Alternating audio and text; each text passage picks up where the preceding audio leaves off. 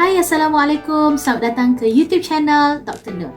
Saya Dr. Nur atau nama sebenar saya Dr. Nurbaya atau korang boleh panggil saya Kak Nur sahaja. Okey, so hari ini Kak Nur akan share tentang topik kesihatan wanita, iaitu cara cuci kemaluan wanita yang betul. Simple tapi ramai yang tidak amalkan.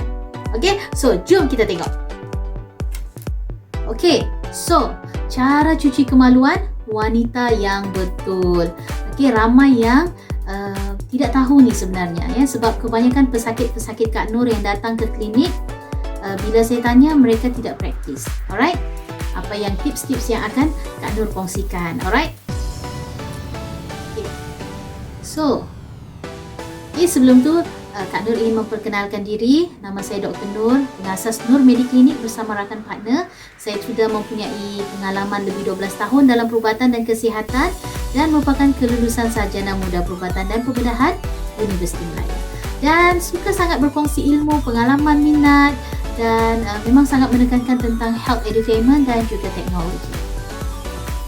Dan ini adalah klinik di mana Kak Nur bertugas, iaitu Nur Mediclinic. Batu 3 Jalan Apas, Tawau, Sabah. Ada sesiapa yang pernah datang Tawau? Jom datang Tawau. Tawau tempat yang kaya dengan seafood. Okey. So klinik kami adalah klinik mesra wanita di mana kami semua adalah staff-staffnya adalah wanita dan doktornya adalah wanita.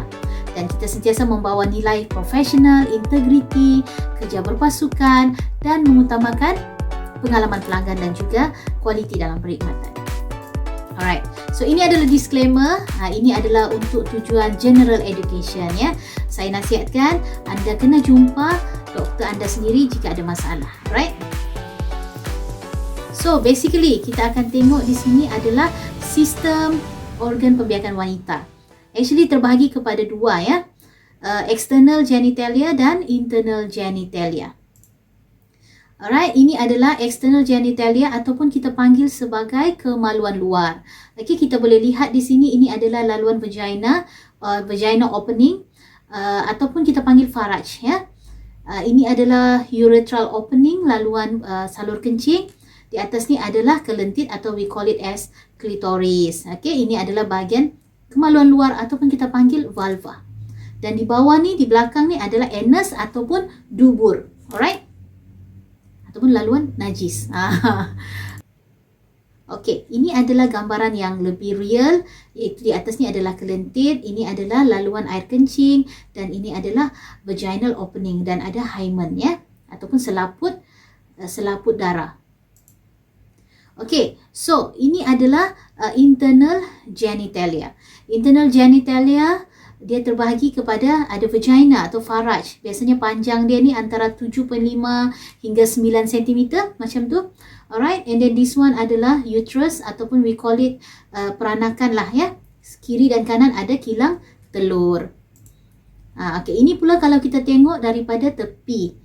Ini di depan ni adalah pundi kencing dan di belakang dia adalah laluan faraj ataupun vagina. Dan ini adalah uterus, tempat bayi membesar kan. Di belakang ni adalah rectum ataupun usus lah. Dan ini adalah punggung ya. Okay, ini adalah gambaran depan dan juga belakang dan juga tepi. Alright. So, Kak Nur akan sharekan tips dan cara cuci kemaluan wanita yang betul ya, insya-Allah. So, pertama sekali kena pastikan tangan bersih. Tangan kena bersih sebab ini ramai orang tidak praktiskan atau tidak amalkan. Kalau kita tengok ya, diorang ada buat kajian, ini adalah warna putih ni adalah kuman ya. And then bila diorang cuci tangan, then kuman tu akan hilang. So kalau kita tidak cuci tangan, bayangkan kuman-kuman ni bila kita sentuh bahagian kemaluan dan mungkin akan berpindah atau berjangkit ke bahagian kemaluan. Okey, pastikan amalkan cuci tangan yang betul. Alright, 7 langkah membasuh tangan yang betul. Boleh Google dan insya-Allah kalau ada rezeki kita akan share juga ya. Okey, tips yang kedua. Cuci kemaluan luar sahaja. Alright, ataupun kita panggil vulva ya. So tidak perlu kita masukkan jari ke dalam faraj dan tidak perlu meruang ya. Meruang ni apa? Masukkan jari di bahagian faraj. Sebab apa? Dia ada risiko jangkitan. Jangan meruang ataupun we call it as vaginal douching. Sebetul ke sebutan saya? Douching ya. Okeylah. Vaginal douching. Alright. So ini, kalau kita tengok gambar ni, alright. Dia masukkan jari dia ke dalam vagina tu ataupun faraj. So itu kita kena elak. Because apa? Bayangkan tangan kita kotor macam ada kuman tadi. And then kita masukkan jari kita ke dalam faraj. Risiko infection satu, kita induce kuman masuk, kita bawa masuk kuman ke dalam faraj.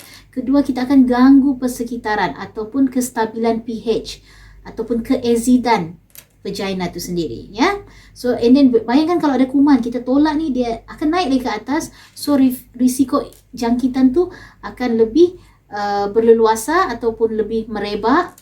We call it as pelvic inflammatory disease, ya. Alright. Tips yang ketiga, cuci kemaluan depan ke belakang jika buang air kecil ataupun air besar sekali, ya. Sebab apa? Kita ingin elakkan kuman ni. Kuman pindah daripada lubang najis atau dubur ke kemaluan wanita. Because kalau kita tidak praktis ni, inilah yang kadang-kadang common pesakit datang complain of jangkitan kencing ataupun jangkitan faraj, ya, ataupun keputihan lah. Okay. Yang keempat, tidak perlu guna pencuci wanita yang ada pewangi, ada antibakterial ataupun ada bahan-bahan yang boleh mengganggu kestabilan pH vagina. So vagina ni dia bersifat asid sedikit, di mana kenapa dia perlu berasid? Sebab dia kena halang kuman-kuman jahat ni membiak. Sebab di dalam vagina ataupun faraj ni dia ada kuman yang baik. Ya, so bila ada kuman yang baik, dia akan melindungi faraj kita lah daripada kuman-kuman jahat ni melekat. Ya, mereka saling bersaing lah basically. Alright, so bila kita ganggu kestabilan pH ni, normal flora tu mungkin akan mati dan kuman yang jahat ni akan lebih mudah membiak. Alright, so kalau ingin pakai feminine wash pun, pakailah yang tidak mengganggu kestabilan pH vagina. Alright, okay. Tips yang kelima, jangan biarkan lembab pada kemaluan. Sebab kalau dia lembab, kuman ni akan lagi suka membiak. Ya, jadi kita kena keringkan dengan tuala ataupun tisu yang bersih selepas kita basuh, ya.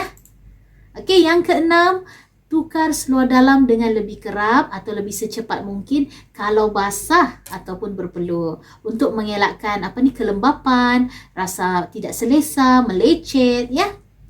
Okey, yang ketujuh, amalkan pakai seluar dalam yang selesa dan tidak ketat, ya. Okey, so bila kita amalkan, kalau contohlah kita pakai yang ketat, ya, satu kita akan rasa panas, kedua kita rasa tidak selesa, dan ketiga mungkin akan melecet. Dan bila contoh panas, ya, dia berpeluh, lembab, so risiko infection tu akan lebih tinggi berlaku. Okey, yang ke-8, jangan meruang, elakkan sembur deodoran direct ke kemaluan ataupun guna tisu basah atau apa-apa produk yang ada pewangi ke kemaluan, terutamanya bahagian faraj. Alright? Okay, yang ke-9. Jangan gosok lipatan bibir kemaluan kasar, sangat kasar, dan elaklah daripada memasukkan sabun ke dalam vagina anda, ya. Ni. Alright? So yang ke-10, kita kena jaga immune system kita ataupun sistem pertahanan badan kita. Sebab kalau contohlah immune system kita rendah, even normal flora pun boleh akan jadi jahat untuk kita. Dia boleh biarkan infection juga kalau immune system kita sangat rendah. Alright, so basically kita kena jaga tidur kita, make sure teratur, elakkan stres, ya. Amalkan pemakanan yang sihat, bersenam 150 minutes per week, dan juga minum air putih yang cukup. Alright? Okay. So, tips tambahan. Berdehem selepas buang air kecil. Ataupun we call it dalam Islam adalah istibrak. Istibrak, ya. Iaitu, ini kita tengok, perbuatan memastikan najis yang keluar ketika buang air ni benar-benar berhenti. Basically, kita mau pastikan sisa-sisa air kencing ini keluar. Kalau contoh kita sudah buang air kecil lah. Sebab bila kita berdehem, dia akan meningkatkan pressure atau tekanan dalam abdomen. So bila tekanan tu meningkat, dia akan tolak lah di pundi kencing kita tu, mungkin dia akan tolak sedikit air kencing tu keluar, sisa-sisa dia lah, ya. So itu sahaja perkongsian Kak Nur pada kali ini, iaitu cara cuci kemaluan wanita yang betul, insya-Allah. So, saya harap perkongsian ini memberi manfaat. Kalau ia memberi manfaat, jangan lupa kongsikan info ini, share dengan rakan-rakan, like, komen, dan jangan lupa subscribe YouTube channel Kak Nur, iaitu Dr. Nur. Okay, so itu saja video kali ini. Kita jumpa lagi pada video yang akan datang, insya-Allah. Assalamualaikum. Bye-bye.